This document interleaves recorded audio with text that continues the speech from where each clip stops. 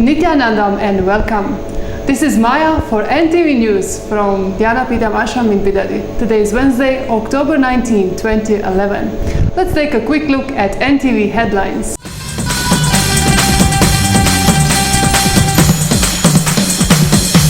In today's morning Satsang, Swamiji unfolds a deeper spiritual understanding of the Bhagavad Gita.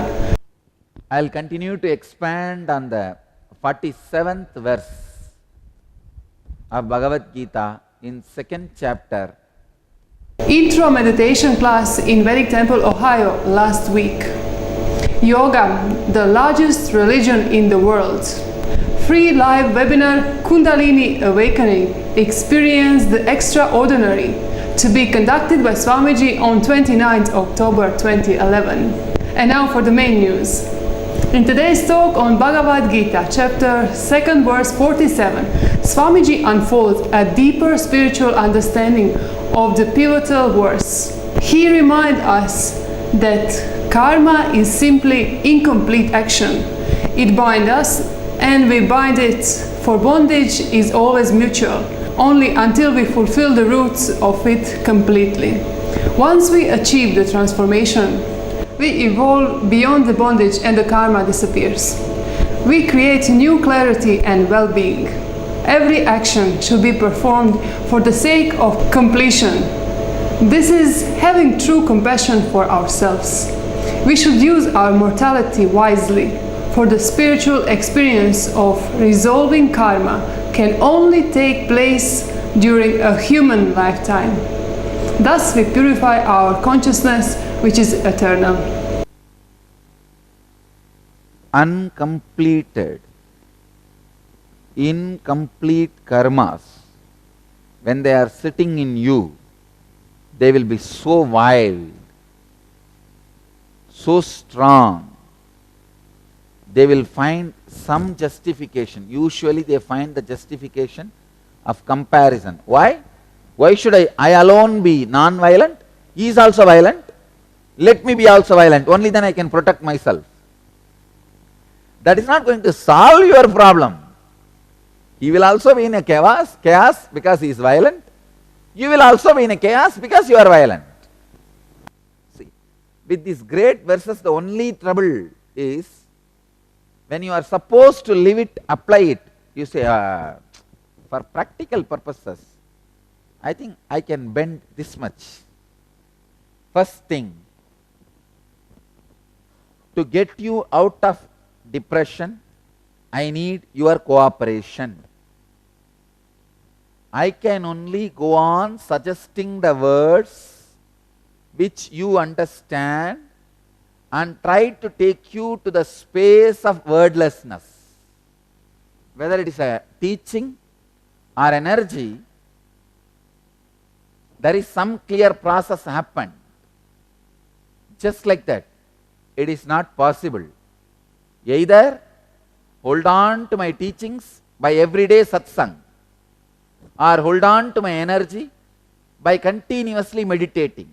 These are the only ways. Please understand,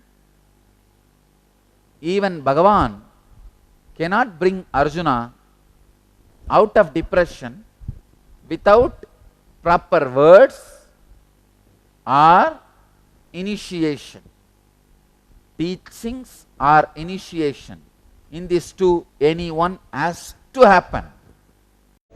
If you missed any of the talks, you can watch it again on NTV or download these discourses from our website nithyananda.org. And Bhagavad Gita in Tamil is telecast every day at 10 a.m. and 5 p.m. Indian Standard Time. In international news, free intro meditation class happened in Vedic Temple Ohio last Saturday, 15th October.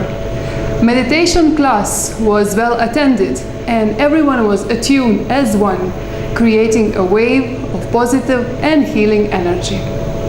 Talking about meditation, we would like to invite you all to free live webinar Kundalini Awakening, Experience the Extraordinary, to be conducted by Swamiji on 29th October 2011. For millennium, the experience of Kundalini awakening has been recognized as the fastest pathway to higher consciousness and enlightenment. Join the most extraordinary Kundalini awakening session ever. Over 40 countries participating. See Kundalini energy transferred 9,000 miles. Watch scientists measure the brain and energy level transformations. Have your most important questions about Kundalini awakening answered directly by a living enlightened master, Paramahamsa Nithyananda. And from the other media, New York Times on October 1st, 2011. The big day is over 15 months away, but India is planning a major celebration on January 12th, 2013 to commemorate 150th anniversary of the birth of Swami Vivekananda, the first missionary from the East to West, the man who introduced yoga into the international audience. Vivekananda simplified Vedanta in such a way that was accessible and irresistible to Westerners, foremost being that all souls are potentially divine. His prescriptions for life was simple and perfectly American: work and worship. By the end of his last Chicago lecture on September 27th, he was a star.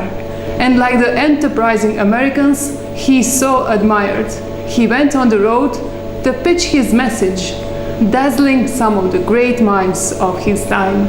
He had no intention, though, of starting an exercise cult with expensive accessories.